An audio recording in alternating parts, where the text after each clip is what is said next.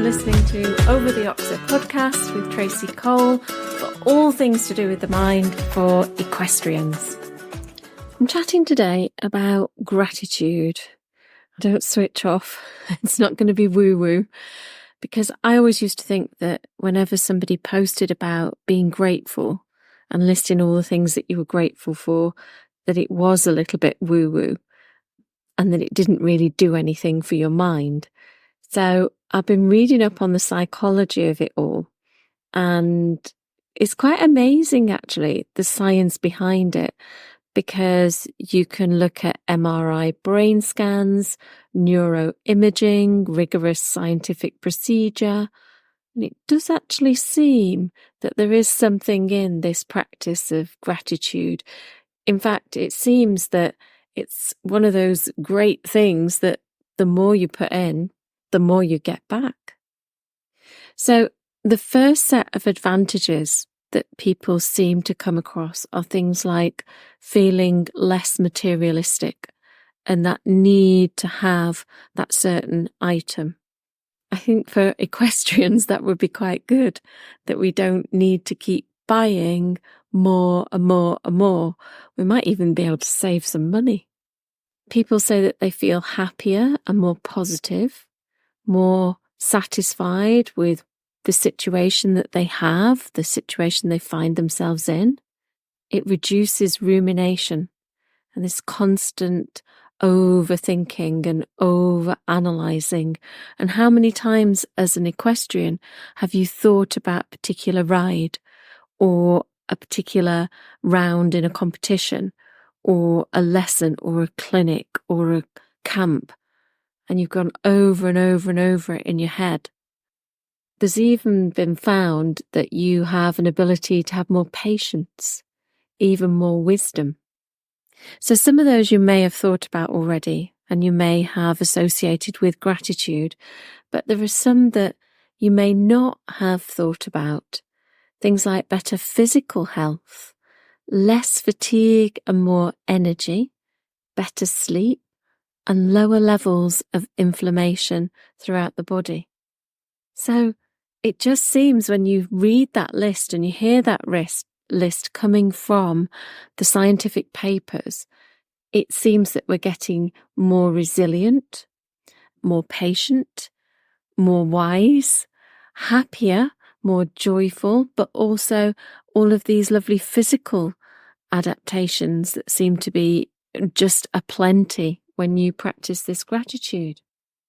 A study in 2017 by Wong and Brown showed that not only did keeping a gratitude journal enhance mental health, but that the effects of it all could be very long-lasting.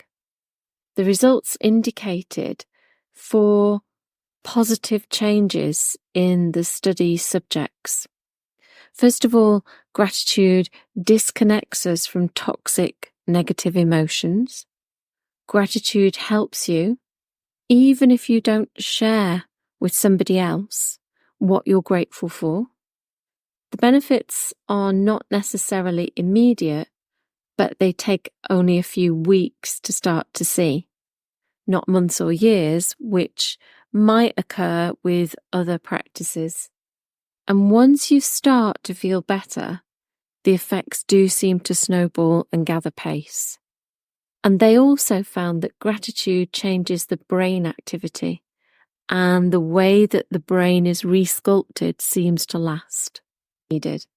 So here are a few ideas of what you could do. So if you like journaling and writing things down, if you like that kind of creativity, then you could journal about the things, the situations, the people, the possible lucky outcomes that you've had, that you've been really, really grateful for. If you love social media, you could tweet or post about those as well. Do we still say tweet when it's X? What do we say? Oh, that's another thought. Maybe we have to X about gratitude. How about a thank you note? And this isn't necessarily a thank you note to a person, although it could be. How old-fashioned but lovely is that, to send a thank you note? So it could be that, or you could be simply just writing a thank you note to whoever, and it just stays in your own notepad. Another way to think about gratitude, because you might think that you're going through a tough time at the moment and there's not a lot to be grateful for, there will be. There will be a lot of things that you can think up. Think about your 5 senses. Which one have you used most today? Which one are you most grateful for? You could put post-it notes around your computer screen, for example, or around your desk, just to remind you of the things that you are grateful for. Maybe just before you go to sleep, you could think of 10 things that you're grateful for. You might be able to go way more than 10. You'll be really surprised how they add up. If you think about having food in your fridge, then there's a lot of this world that don't have food in their fridge. A lot of people. So if you've got running water, drinkable running water, how fabulous is that? Because again, so many people don't have that. You can be thankful for technology, thankful for the fact that you could ring a friend, text a friend. You could be grateful for the fact that you can listen to a podcast, because podcasts haven't been around for that long. And yet how nice is it that we have this massive choice of things to listen to? We don't just have a few radio stations anymore. We don't just have a few television stations. We've got immense choice. You could be thinking about avoiding gossip and be grateful for the fact that you are making your own path, moving down your own pathway along your own journey in this world. You could notice the way that nature's really beautiful. And whether you've got a garden or you've got a bigger area, or maybe you live in a flat and you just have a few houseplants, it doesn't matter, because nature is all around us. And it might be just a beautiful sky with some fluffy white clouds. It could just be a little bit of sun in the morning or in the evening after you've sorted the horses. It could be a horse. It could be immense gratitude for everything your horse has taught you. Because even if you're going through a tough time with your horse, you can bet your life that you've learnt lots and lots. How about paying it forward? If there is something that you feel really strongly about, that you're really grateful for, whether that was a leg up by someone else, whether that was something that really, really helped you, maybe you could do something nice for somebody else and pay it forwards. I'm not saying you pay that tip forward, but you simply do something nice for somebody else. And another thing that is really good about gratitude is that sometimes when you're thinking about it and you're thinking about all the things that you're grateful for, it makes you smile. And smiling is incredibly powerful as well. So if you don't have a lot of time for things like meditation and mindfulness, having, let's say, 60 seconds or 2 minutes of a day just set aside for gratitude. And how easy would that be to fit in? You could do it while you were filling water buckets. You could do it while you were mucking out. You could do it if you've got a very easy, steady drive to the stables. You could think of all the things that you're grateful for 2 minutes. So it's not something that you have to add on as another chore in life. It's something you can fit in quite easily. So when you do start to do this, different parts of the brain are shown to respond. And neuroscientists working at the molecular level have found that this all produces that lovely neurotransmitter dopamine, the reward neurotransmitter, the feel-good neurotransmitter. And each time we feel grateful, the brain responds by releasing that dopamine and makes us feel pleasure.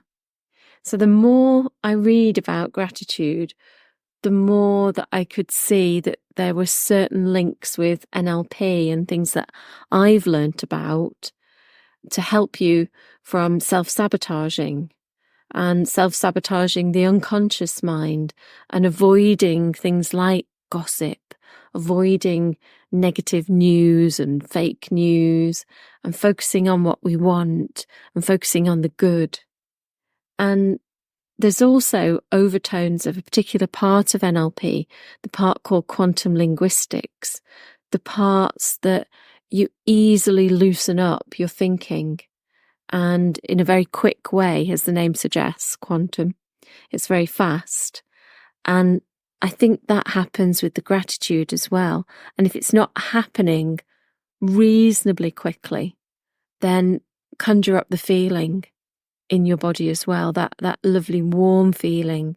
And you might want to just think about that feeling of pleasure, that feeling of being lucky or fortunate or hard work paying off.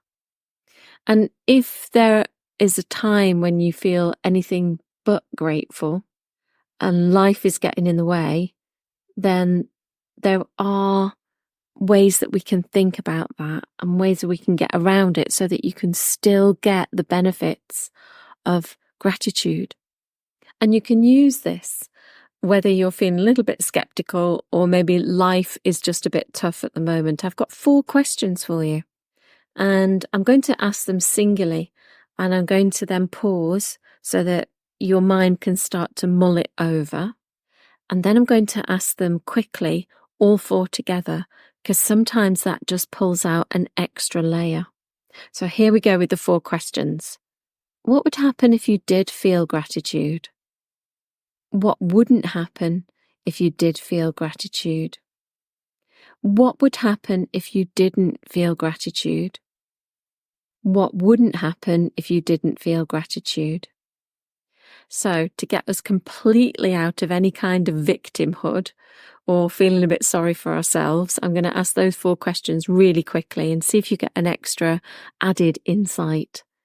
What would happen if you did feel gratitude? What wouldn't happen if you did feel gratitude? What would happen if you didn't feel gratitude? What wouldn't happen if you didn't feel gratitude? And so thinking about those things, thinking about how the neurology actually changes, the brain chemistry actually changes, and it seems to have a knock-on effect in the physical body. I think I'm just grateful to know these things right now. I hope you've enjoyed this episode. Take care, and I'll see you again really soon.